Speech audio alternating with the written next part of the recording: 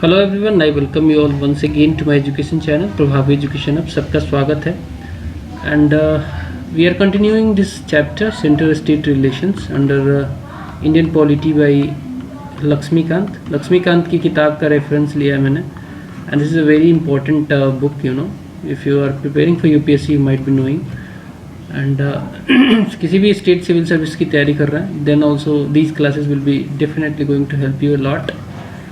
इस पर्पज़ से बना रहा हूँ ताकि आपका एक भी क्वेश्चन छूटे ना एंड इतना ब्रीफ हो कि आप एक दिन में रिवाइज कर सको। अगर मैं पीडीएफ लास्ट में प्रोवाइड कर दूंगा तो ठीक है। तो पहले क्लासेस देखनी है देन पीडीएफ को आपको रिवाइज करना है, जैसा कि इंडियन इकोनॉमी में आप लोग कर रहे हो। इंडियन इकोनॉमी रमेश सिंह वाली एक सीरीज़ है, बहुत रिस्पॉन्स अच्छा है उस पर एंड पीपल आर कमेंटिंग, अच्छे कमेंट दे रहे हैं उसमें and they are basically liking the way I have teached in that classes in those classes. तो चलिए आगे बढ़ते हैं एंड चैनल पे नए हैं तो सब्सक्राइब कर लेना, बेल आइकन को जरूर प्रेस कर लेना। पॉइंट वाइज हम लोग पढ़ते हैं। सबसे पहले जानते हैं सेंटर स्टेट रिलेशंस में अभी तक का ट्रेंड क्या रहा है, what was the trend in centre state relations अभी तक क्या रहा है। तो ठीक है, बात करें अगर 1967 तक तो बिल्कुल स्मूथ ट्रेंड था। ठीक है, सेंट्रल स्टेट में बिल्कुल स्मूथ ट्रेंड था। इसलिए स्मूथ था क्योंकि वन पार्टी रूल हुआ करता था, कांग्रेस हमेशा से रूल में रही थी। लेकिन हुआ क्या, 1967 में फर्स्ट टाइम ऐसा हुआ कि इलेक्शन लड़ी कांग्रेस और लगभग 9 से भी ज़्यादा 9 स्टेट में सेंटर हार गई, कांग्रेस हार गई स्टेट्स में। तो पहले क्या था कि सेंटर में भी कांग्रेस थी और मोस्ट ऑफ द स्टेट्स में भी कांग्रेस ही थी। ठीक है, लेकिन यहाँ पे क्या होता है, 1967 वाले इलेक्शन में कांग्रेस चुनाव तो जीती ओवरऑल, सेंटर में तो पार्टी बनी, सरकार भी बनी, लेकिन स्टेट्स में कहीं ना कहीं 9 स्टेट में लूज़ कर गई। रीजनल पार्टियों का जन्म हो जाता है यहाँ पे। ठीक है, सो रीजनल पार्टीज़ भी यहीं से जन्म लेती हैं बहुत सारी स्टेट्स में। तो चलिए आगे बढ़ते हैं। इस वजह से क्या होता है कि ये जो रीजनल पार्टियों का जो सरकार बनता है उस समय स्टेट्स में, वो कहीं ना कहीं जो सेंट्रलाइजेशन जो नेचर था, सेंट्रलाइजिंग टेंडेंसी जो कांग्रेस कर रही थी, ठीक है, यूनिटरी बायस के साथ, उससे परेशान हो रहे थे ये लोग। अब ये क्यों करे भाई, कांग्रेस हो तो चलता है, लेकिन स्टेट में दूसरी पार्टी आ गई थी तो सेंट्रलाइजिंग नेचर के अगेंस्ट बोलने लगी कि there must be autonomy, states की ऑटोनॉमी सेंटर खा रही है। यहाँ से रिलेशन में बदलाव आता है, रिलेशनशिप नाउ बिकमिंग वर्स्ट। ठीक है, तो वर्स्ट की तरफ बढ़ने लगता है रिलेशनशिप। इस वजह से क्या होता है कि पहले जान लीजिए कि टेंशन्स होता क्या, कहाँ पे है स्टेट और सेंटर के बीच में, कहाँ टेंशन है, किस एरिया में टेंशन है। वो एरिया आपको जानना बहुत कंपलसरी है, क्योंकि ये एरिया आपको लिखना भी होगा। ये क्वेश्चन भी आता है यूपीएससी के मेंस की बात कर रहा हूँ कि टेंशन एरिया क्या क्या है, जहाँ पे स्टेट और सेंटर का कॉन्फ्लिक्ट है। गवर्नर से बहुत क्वेश्चन आता है, गवर्नर एक बहुत ही इम्पोर्टेंट एरिया है जहाँ पे टेंशन बहुत ज़्यादा होता है। अब सुनिए टेंशन्स है कहाँ सबसे पहले। तो सबसे पहला तो टेंशन देखिए गवर्नर से ही रिलेटेड है, mode of appointment and dismissal of governor. तो अपॉइंट करते हैं कौन, गवर्नर को, तो प्रेसिडेंट करते हैं एंड इनको डिसमिस भी किया जाता है प्रेसिडेंट के द्वारा ही। तो कहीं ना कहीं कहा जाता है कि सेंटर का रिप्रेजेंटेटिव है, स्टेट में काम कर रहा है एंड स्टेट की ऑटोनॉमी को ये खाते रहते हैं, स्टेट के फ्रीडम को। बहुत सारे पावर होते हैं, कोई भी बिल जब स्टेट पास करती है तो उसको कंसिडरेशन, प्रेसिडेंट के कंसिडरेशन के लिए रखते हैं, होल्ड कर देते हैं, प्रिजर्व करते हैं for the consideration of president. तो स्टेट मान लीजिए बड़ी स्वेच्छा से, इच्छा से कोई बिल पास कर रही है, कोई मैटर है उस पर, लेकिन वो होल्ड हो जाता है क्योंकि कंसिडरेशन के लिए गवर्नर रख देते हैं उसको। और भी जगह करते हैं ये, जैसे कि जब मेजॉरिटी पार्टी जीत कर नहीं आती है स्टेट में, स्टेट लेजिस्लेटिव असेंबली में, मान लीजिए कि हंग असेंबली हो जाती है, हंग असेंबली मतलब ऐसा कोई भी एक पार्टी नहीं है जो मेजॉरिटी में वो सरकार बना ले, तो वहाँ पे कोलिशन के लिए जो इनविटेशन है वो भी गवर्नर अपने डिस्क्रिशन पे देते हैं। बहुत सारे बायस करते हैं वहाँ पे, बहुत सारे एग्जाम्पल हैं। एनीवे आगे बढ़ते हैं। तो ये एक एरिया है जहाँ पे हमेशा एक एरिया है जहाँ पे टेंशन रहता है सेंट्रल स्टेट के बीच में। दूसरा एरिया है discriminatory and partition role of governor. ये रोल मैंने अभी जस्ट बताया आपको क्या करते हैं ये एक इम्पोर्टेंट टेंशन का एरिया। नेक्स्ट है imposition of president rule for partition interest. तो आर्टिकल 356 में प्रेसिडेंट रूल लगता है एंड कहा जाता है कि जो स्टेट है वो अकॉर्डिंग टू द कॉन्स्टिट्यूशन नहीं चल रही है और this is the right time to impose the president rule. Emergency provision है, ये प्रेसिडेंट के हाथों में है।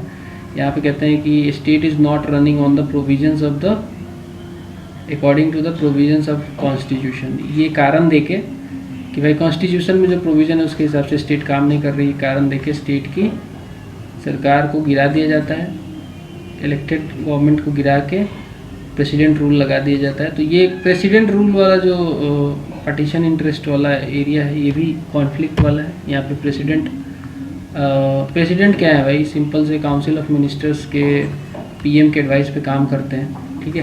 तो यहाँ पे बायस किया जाता है। नेक्स्ट है deployment of central forces in the states to maintain law and order, जैसे कि arm forces special protection AFSPA है, ठीक है। अप्सपा में क्या होता है कि जो आर्म फोर्सेस है किसी किसी स्टेट में डिप्लॉय कर दी जाती है, इनको स्पेशल पावर दे दिया जाता है, किसी को भी मार देते हैं कई बार ये लोग एंड बड़े ब्रूटल तरीके से ह्यूमन राइट्स का हनन किया जाता है। हालांकि हमेशा ये ऐसा नहीं करते हैं, लेकिन बहुत बार ऐसा है क्योंकि सेंटर की मशीनरी होती है, सेंट्रल गवर्नमेंट अपने फोर्सेस को डिप्लॉय करती है, तो हमेशा तो नहीं लेकिन बहुत बार ह्यूमन राइट्स का हनन होता है एंड स्टेट की ऑटोनॉमी ख़त्म हो जाती है वहाँ पे। तो deployment of central forces in the states to maintain law and order, जैसे एप्सपा के लिए जब जो JNK था तो उसमें चल रहा था कि भाई एप्सपा हटाओ, एप्सपा हटाओ। हालांकि JNK का और भी मुद्दा है, उसमें बहुत भी इशूज़ थे, ठीक है। और मणिपुर में भी ये इशू हुआ था एंड एप्सपा को हटाने के लिए एक महिला कई सालों से फास्ट रखी हुई थी, उनका नाम बताना मुझे कमेंट सेक्शन में। मैं जानना चाहता हूँ कि आप लोग जानते हो कि नहीं उस पर्सनालिटी को। एनीवे, नेक्स्ट जो कॉन्फ्लिक्ट है अकॉर्डिंग टू द अभी जो ऑब्जर्वेशन है अभी तक का, वो है डिप्लॉयमेंट ऑफ हो गया ये reservation of state bills for consideration of president. तो ये गवर्नर बेसिकली के हाथ में पावर है कि ये कोई भी स्टेट लेजिस्लेचर का कोई बिल हो जो कि वो पास करना चाहते हैं, उसको गवर्नर को अगर लगेगा कि भाई no it is national interest का इशू है, तो इसको ये प्रिजर्व कर सकते हैं for the consideration of for the consideration of president. और प्रेसिडेंट को यहाँ पे एब्सोल्यूट पावर है, एब्सोल्यूट वीटो का। यहाँ पे ये इसको चाहे तो इस बिल को अनुमति नहीं देंगे और क्या है, बिल कभी भी एक्ट नहीं बन पाएगा, जो कि इम्पोर्टेंट होगा स्टेट्स पर्सपेक्टिव से। बिल वो एक्ट नहीं बन पाएगा। तो ये एक एरिया है जहाँ पे स्टेट्स के पावर को सरकमवेंट किया जाता है एंड कहीं ना कहीं ये टेंशन का एरिया है। तो नेक्स्ट देखते हैं कौन सा एरिया है। नेक्स्ट है डिस्क्रिमिनेशन इन फाइनेंशियल एलोकेशन, ठीक है। फाइनेंशियल एलोकेशन में discrimination to the state, tax वगैरह का जो डिवोल्यूशन है उसमें डिस्क्रिमिनेशन है। Role of planning commission approving the state project. तो प्लानिंग कमीशन जब थी, अब तो नहीं है, 1 जनवरी 2015 से इसको एबोलिश कर दिया गया है। इसकी जगह पे नीति है, national institute for transforming India, NITI Aayog है, ठीक है। और अभी तो प्लानिंग कमीशन नहीं है, लेकिन जब प्लानिंग कमीशन थी तब वो अप्रूव करती थी स्टेट्स के प्रोजेक्ट को। तो प्लानिंग कमीशन सेंट्रल लेवल की थी एंड सेंटर यहाँ पे कई बार बायस दिखाता था एंड अप्रूव नहीं करते थे कई बार स्टेट के इम्पोर्टेंट प्रोजेक्ट को। तो ये भी एक टेंशन का एरिया हो जाता था।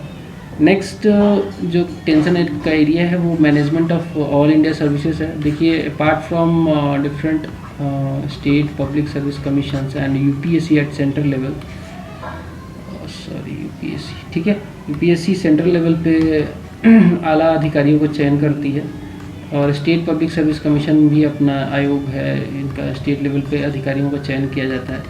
लेकिन इसके अलावा कुछ ऑल इंडिया सर्विसेज है जिसके बारे में मैंने प्रीवियस वीडियो में बताया था। ऑल इंडिया सर्विसेज के बारे में 3 ऐसी सर्विसेज है जो ऑल इंडिया सर्विसेज की हैं, वो है IAS, Indian administrative services, Indian police services और इंडियन फॉरेस्ट सर्विसेज। तो 3 सर्विसेज को मिला के ऑल इंडिया सर्विसेज बनाया जाता है। ये दोनों लेवल पे काम करती है, सेंट्रल लेवल पे भी, मिनिस्ट्री वगैरह में भी काम करती हैं, एंड सेक्रेटरीट वगैरह में काम करते हैं ये लोग, एंड स्टेट में भी काम करते हैं, जैसे DAM, SP, डिफरेंट पोस्ट पे काम करते हैं।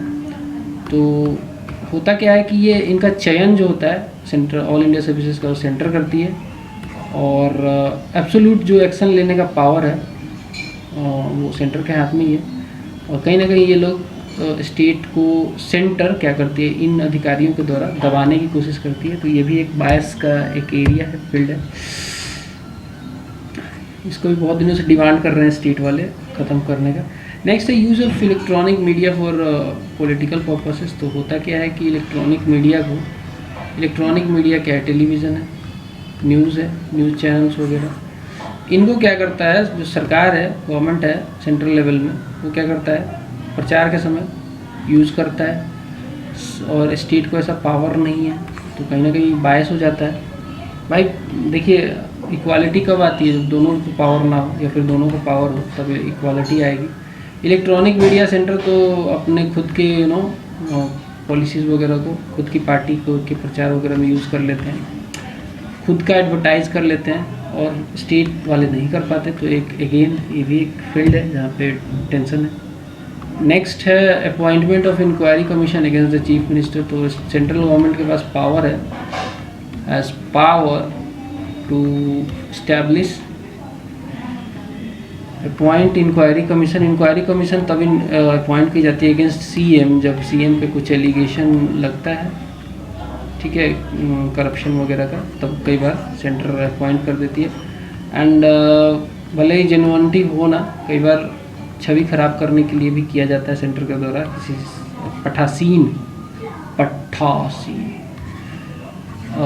पठासीन किसी CM के अगेंस्ट किया जाता है कई बार, ठीक है। तो ये हमेशा बेसिकली ये एक टेंशन का फील्ड है, स्टेट नहीं चाहते इसको। Then sharing of finances between centre and state, again ये फाइनेंस से भी रिलेटेड है, तो अभी पिछले वीडियो में मैंने कवर किया था। नेक्स्ट है encroachment by centre to on the state list. आजकल देखा जा रहा है कि स्टेट की लिस्ट जो है उसमें कई सारे मैटर को ट्रांसफ़र कर लिया जाता है सेंट्रल लिस्ट में, ऐसा हुआ है। हालांकि इसको कवर करेंगे बाद में 7th शेड्यूल वाला चैप्टर में। तो ये सारे कुछ एरिया है जहाँ पे टेंशन है, ठीक है। देन आगे बढ़ते हैं। नेक्स्ट है, अब इन टेंशन्स को देखते हुए कई सारे कदम उठाए गए हैं, कई सारे गवर्नमेंट ने कदम उठाए। अब उनको डेवलपमेंट्स के लिए इस फील्ड को सॉल्व करने के लिए, इस प्रॉब्लम को सॉल्व करने के लिए सबसे पहला जो स्टेप लिया गया था वो कमीशन बिठाया गया था, एडमिनिस्ट्रेटिव रिफॉर्म कमीशन 1966 में। सेंट्रल गवर्नमेंट कांग्रेस थी उस समय, अपॉइंटेड 6 मेंबर कमीशन 1966 में, और चेयरमैन थे कमीशन के मोरारजी देसाई साहब। मोरारजी देसाई थे चेयरमैन, एंड हालांकि उनके बाद फिर हनुमान थैया भी चेयरमैन बने। तो इन्होंने स्टडी की कि भाई क्या प्रॉब्लम है, और इस स्टडी के लिए स्टडी टीम बनाई इन्होंने, किसने, इस कमीशन ने, ARC ने, एडमिनिस्ट्रेटिव रिफॉर्म कमीशन। इनको बहुत सारे टास्क थे, ठीक है, अपार्ट फ्रॉम दिस टास्क की टेंशन जो है सेंटर स्टेट रिलेशन में जो प्रॉब्लम है उसको देखने के अलावा भी कई सारे टास्क थे, करप्शन को दूर करना, बहुत सारे टास्क थे। हालांकि अलग चैप्टर ही है इसका, अलग टॉपिक में कवर करेंगे इसको, लेकिन फ़िलहाल इस पर्सपेक्टिव में बात करते हैं कि इनको ये भी टास्क दिया गया था कि ये सेंटर स्टेट रिलेशनशिप को पढ़ें, समझें, और उसमें जो प्रॉब्लम है उसको देखें, जांचें और रिकमेंड करें कुछ सजेशंस। तो इन्होंने इसके लिए एक स्टडी टीम बनाई ARC ने, under the head of MC स्टालवर्ट इसको लीड कर रहे थे, इस स्टडी टीम को, और इन्होंने रिपोर्ट सबमिट किया ARC को। उस रिपोर्ट के बेसिस पे 1969 में सबमिट किया था इन्होंने रिपोर्ट, उसी के बेसिस पे 22 रिकमेंडेशन किए ARC ने। उसमें इम्पोर्टेंट जान लेते हैं कौन कौन सा था। 22 में इम्पोर्टेंट नहीं था। Important recommendations related to interstate related to centre state relationship was, first one was inter state council. बोला गया कि एक इंटर स्टेट काउंसिल को इस्टेब्लिश कीजिए, इंटर स्टेट काउंसिल को इस्टेब्लिश कीजिए अंडर द आर्टिकल 263। तो हमेशा जब भी याद कर रख लेना, जब भी इंटर स्टेट काउंसिल का नाम सुनो आता है क्वेश्चन कि इंटर स्टेट काउंसिल कॉन्स्टिट्यूशन के किस आर्टिकल में मेंशन है, तो आर्टिकल 263 में। एंड ये है क्या भाई इंटर स्टेट काउंसिल? एक नॉन कॉन्स्टिट्यूशनल प्रोविज़न है ये कॉन्स्टिट्यूशन में। एक्चुअली 263 के द्वारा इसको बनाने की बात की गई। अभी उस समय नहीं बनी थी इंटर स्टेट काउंसिल, ये सरकारिया कमीशन के रिकमेंडेशन पे बनी थी। लेकिन ये अभी है क्या, मैं बताता हूँ। अभी है इंटर स्टेट काउंसिल, अभी सरकारिया कमीशन जब आई थी तो उनके रिकमेंडेशन पे बनाई गई थी। ARC के जितने भी सजेशंस थे उसको किसी सजेशन को गवर्नमेंट ने एक्सेप्ट नहीं किया था। तो इंटर स्टेट काउंसिल जानते हैं क्या है? इंटर स्टेट काउंसिल एक काउंसिल है जिसमें सारे स्टेट्स के CM पार्टिसिपेट करते हैं। इसमें चेयरमैन होते हैं प्राइम मिनिस्टर, और यहाँ पे डिस्कस होता है important issues related to centre state relationship, important policies, ठीक है, कोई विवाद हो, disputes between centre and states also, states के बीच में भी कोई डिस्प्यूट हो तो, और डिसेंट्रलाइजेशन के लिए ये काम करती है इंटर स्टेट काउंसिल। तो ये एक इम्पॉर्टेंट काउंसिल है जिसका रिकमेंडेशन बहुत पहले दिया गया था, एडमिनिस्ट्रेटिव रिफॉर्म कमीशन में ही दे दिया गया था, लेकिन इसको एक्सेप्ट नहीं किया गया सरकार के द्वारा। दूसरा जो रिकमेंडेशन था वो था कि गवर्नर कैसे होनी चाहिए। गवर्नर से रिलेटेड एक रिकमेंडेशन दिया था MC स्टालवार्ड ने, ठीक है। इन्होंने बोला था कि गवर्नर जो होना चाहिए वो लॉन्ग एक्सपीरियंस उनका होना चाहिए पब्लिक लाइफ में, पब्लिक लाइफ उन्होंने देखी हो, एडमिनिस्ट्रेशन उन्होंने देखा हो, नॉन पार्टीशन नेचर के होने चाहिए। ऐसा नहीं कि आके सेंटर के लिए काम करने लगे, स्टेट में है तो पार्टीशन वाला एटीट्यूड ना हो, वैसे को गवर्नर बनाया जाए, ऐसा इनका रिकमेंडेशन था। देन इन्होंने बोला कि delegation power of the maximum extent to the state दिया जाए। बोला कि जो पावर डिस्ट्रीब्यूशन है वो मैक्सिमम पावर स्टेट को दिया जाए, जो कि अभी सेंटर के पास ज़्यादा पावर है। पावर का डिवोल्यूशन ऐसा हो कि डेलीगेशन ऐसा हो कि स्टेट को ज़्यादा पावर मिले, ठीक है। मोर फाइनेंशियल रिसोर्सेज की बात कही इन्होंने कि रिसोर्सेज जो हैं वो ज़्यादा स्टेट को मिले। एंड जो सेंट्रल आर्म फोर्सेस का डिप्लॉयमेंट है उसको या तो ऑन रिक्वेस्ट करना चाहिए स्टेट के, या तो फिर अदरवाइज, ठीक है। बट इस पर कोई एक्शन नहीं, इन सारे रिकमेंडेशन पे सरकार ने, गवर्नमेंट टुक नो एक्शन, ठीक है, कोई एक्शन नहीं लिया गया। इंदिरा की सरकार थी भाई, कैसे लेती। एनीवे राजमन्नार कमेटी उसके बाद आई 1969 में। ये एक रीजनल कमेटी टाइप की थी, मतलब स्टेट गवर्नमेंट ने इसको अपॉइंट किया था। तमिलनाडु गवर्नमेंट, उस समय DMK थे, DMK की सरकार थी उस समय, द्रविड़ मुनेत्र कजागम जैसे ही हैं। तो ये इनकी सरकार थी, एक पार्टी है DMK, AIDMK भी है और DMK भी है। AIDMK ये एक्चुअली जयललिता की पार्टी थी, जयललिता अब नहीं है दुनिया में। बड़े ही विवादित तौर पे उनका रहस्यपूर्ण मौत हो गया था। एनीवे तो यहाँ पे मैं बता रहा हूँ कि राजमन्नार कमेटी बनी थी, तमिलनाडु गवर्नमेंट DMK की सरकार थी, उन्होंने 3 मेंबर की एक कमेटी बनाई, और राजमन्नार साहब, डॉक्टर राजमन्नार, इसके इनके चेयरमैनशिप में, इनके अध्यक्षता में ये बनी थी। इन्होंने सिर्फ सबमिट किया रिपोर्ट 2 साल बाद 1971 में, ठीक है। और इन्होंने बताया कि रीजन क्या है यूनिटरी बायस होने का सेंटर का। सेंटर क्यों यूनिटरी प्रोविजंस ज़्यादा, यूनिटरी स्ट्रॉन्ग सेंट्रलाइजेशन कर रहा है। तो इन्होंने रीजन बताया कि जो रीजन है सेंट्रलाइजेशन का जो रीजन है, उन्होंने बताया कि पहला रीजन ये है कि सर्टेन प्रोविजंस है कॉन्स्टिट्यूशन में जो कि स्पेशल पावर देते हैं सेंटर को, तो उनको कहीं ना कहीं देखना पड़ेगा। दूसरा इन्होंने बोला कि एक ही पार्टी रूल में रहती है, both at centre and the state. ये भी एक प्रॉब्लम है। होता क्या है कि सेंट्रलाइजेशन इसीलिए हो रहा है क्योंकि सेंटर में भी वही है, कांग्रेस ही है, और स्टेट में भी कांग्रेस है। तो हर घर मोदी वाला उस समय चल उस समय ये बातें नहीं थी। कांग्रेस ही स्टेट में भी थी और सेंटर में भी थी। इसकी वजह से क्या है, सेंट्रल जो चाहे वो स्टेट उसको मानना पड़ता था। एक ही पार्टी के लोग हैं भाई, मानेंगे ही, बड़े लोगों की बात माननी पड़ती है। दूसरा ये था कि inadequacy of state financial resources and consequent dependence. तो स्टेट के पास इतने पावर नहीं दे रखे हैं कि उनके पास फिजिकल रिसोर्सेज ज़्यादा हो सके, इनएडिक्वेट हैं, वो कम है। इसके वजह से क्या है, सेंट्रल पे डिपेंडेंट होना पड़ता है। नेक्स्ट है institution of central planning commission की बात कही उन्होंने। इंस्टीट्यूशन जो सेंट्रल प्लानिंग कमीशन है, planning central planning and the role of planning commission, वो भी बायस है क्योंकि प्लानिंग कमीशन स्टेट के प्लान को, प्रोजेक्ट को अप्रूव करता था, कई बार इसको नहीं भी करता था। इसके वजह से प्रॉब्लम हो रही है। तो इन्होंने बोला कि अब देखिए हमारे रिकमेंडेशन में प्रॉब्लम तो बता दिया, ये रीज़न बता दिया, अब हमारे रिकमेंडेशन भी सुन लीजिए साहब। तो राजमन्नार साहब ने पहला जो रिकमेंड किया वो किया इंटर स्टेट काउंसिल का इमीडिएटली सेटअप। फिर बोला इन्होंने कि finance commission should be made a permanent body. Next इन्होंने कहा कि planning commission should be disbanded, ख़त्म करो इसको, एंड इसके जगह पे स्टैट्यूटरी बॉडी बनाओ, बिकॉज प्लानिंग कमीशन एक स्टैट्यूटरी बॉडी नहीं है, ये एक एक्स्ट्रा कॉन्स्टिट्यूशनल बॉडी थी। कहीं भी हमारे कॉन्स्टिट्यूशन में इसके लिए स्पेशल प्रोविज़न नहीं था। तो बोला कि स्टैट्यूटरी बॉडी बनाओ एक्ट पास करके। नेक्स्ट इन्होंने बोला कि आर्टिकल 356 जो कि प्रेसिडेंट रूल से रिलेटेड है, 357 भी प्रेसिडेंट रूल से ही रिलेटेड है। यहाँ पे कहा जाता है कि कैसे प्रेसिडेंट रूल को लागू होने के बाद लेजिस्लेचर के पावर को ख़त्म ले लेता है सरकार, सेंट्रल ले लेता है, प्रेसिडेंट के हाथ में आ जाता है। 357 में बताया गया है।